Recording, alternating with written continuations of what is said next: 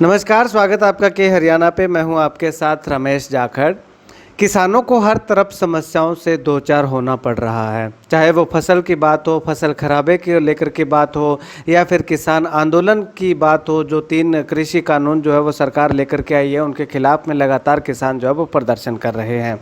उसके बाद अगर बात करें तो कोरोना काल में किसानों की फसल, जो गेहूं की फसल है, उसको खरीदने पे एक बार रोक लगा दी गई थी, क्योंकि कोरोना के चलते ये कदम उठाया गया था। उसके बाद सरकार की तरफ से एक नोटिफिकेशन जारी होता है कि 13 मई को किसानों की जो बची हुई फसल है, जिन किसानों के पास रखी हुई है, वो फसल जो है वो खरीदी जाएगी। लेकिन उसके बाद इसमें अनियमितताएँ जो है वो काफ़ी लंबे स्तर पर देखने को मिली। अगर बात करूँ तो रानिया में भी किसानों का आरोप है कि गेट पास नहीं मिल रहा था। इसके साथ साथ अगर बात करूं तो पन्नीवाला मोटा की जो मंडी है, वहां पे भी किसानों को गेट पास नहीं मिल रहा था। और इसके अलावा सिरसा की तस्वीरें भी हमने देखी कि गेट पास ना मिलने को लेकर के, गेहूं खरीद ना होने को लेकर के किसानों ने काफ़ी जो है वो हंगामा किया था। इसके साथ ही अगर बताना चाहूँ तो कालांवाली में भी किसानों ने रोड जाम किया था। और ये तस्वीरें जो मैं आपको लगातार दिखा रहा हूँ, ये तस्वीरें रानिया की हैं, जहाँ पे गेहूं की खरीद सही तरीके से ना होने को लेकर के किसान व आढ़तियों ने संयुक्त रूप से सरकार के खिलाफ रोष प्रदर्शन किया और सरकार को काफ़ी जमकर जो लताड़ा कि अगर आपसे समय पे खरीद करने के जो इंतजामात नहीं किए गए तो एकदम से इस तारीख को रखने की क्या ज़रूरत थी, 1 दिन या 2 दिन और आगे कर देते। मामला दरअसल ये था कि किसानों को जैसे 13 मई का आह्वान हुआ कि आपकी बची हुई फसल जो है वो खरीदी जाएगी, या जिन किसानों के पास गेहूं की फसल रखी हुई है वो सरकार खरीद करेगी। जैसे ही किसान मंडियों के अंदर अपनी फसल लेकर के पहुंचे तो वहाँ पे गेट पास नहीं कट रहा था। गेट पास बिना गेट पास के, यानी कि जब तक गेट पास नहीं कटता तब तक जो है किसानों की फसल जो है वो नहीं बेची जा सकती, किसान अपनी फसल नहीं बेच सकते। तो ऐसे में किसानों ने बार बार अधिकारियों से अनुरोध किया, लेकिन किसी तरह की कोई कार्रवाई नहीं हुई। तो आखिर में किसानों ने हताश होकर के और आढ़तियों ने हताश होकर के संयुक्त रूप से रानिया में जो है वो रोड जाम करने का मन बनाया।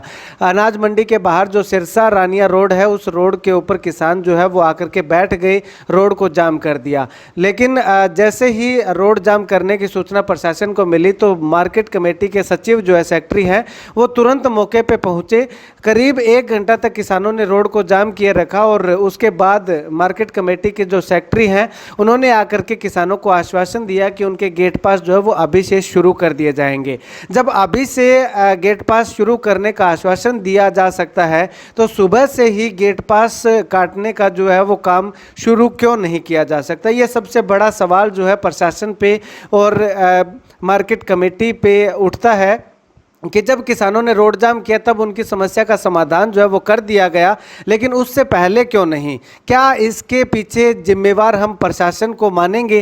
क्या प्रशासन अपने आप को इसके पीछे जिम्मेवार मानेगा? इस जो रोड जाम हुआ था, जो लोगों को समस्याएं हुई थी, उस समस्या के पीछे जिम्मेवारी आखिर किसकी है? मैं तो कहूँगा कि प्रशासन की है, रानिया प्रशासन की है। कालांवाली में अगर रोड जाम किया गया तो कालांवाली में भी जो इस रोड जाम की असली वजह जो है वो मार्केट कमेटी है, शासन है, क्योंकि उन्होंने जो किसानों को गेट पास काटने की जो प्रक्रिया वो शुरू नहीं की थी। और किसान जब अपने घर से ट्रैक्टर ट्राली किराए पे करके जब अपनी फसल बेचने के लिए जब मंडी में आया तो वहाँ पे उनको निराशा हाथ लगी, हताशा हाथ लगी। तो ऐसे में जब किसान को इस तरह से दुखों का सामना करना पड़ता है, मुसीबतों का सामना करना पड़ता है, तो वो बात सही चरितार्थ हो जाती है कि मरता आखिर क्या ना करता। तो किसानों ने सोचा कि अब खाली जाने से अच्छा है कि एक बार रोड जाम करके देख लिया जाए, इस गूंगे बहरे प्रशासन की कानों पर कुछ जूं रेंग सके तो उनका जो है वो डबल किराया नहीं लगेगा। और किसानों का ये प्रयास जो है वो सफल भी रहा।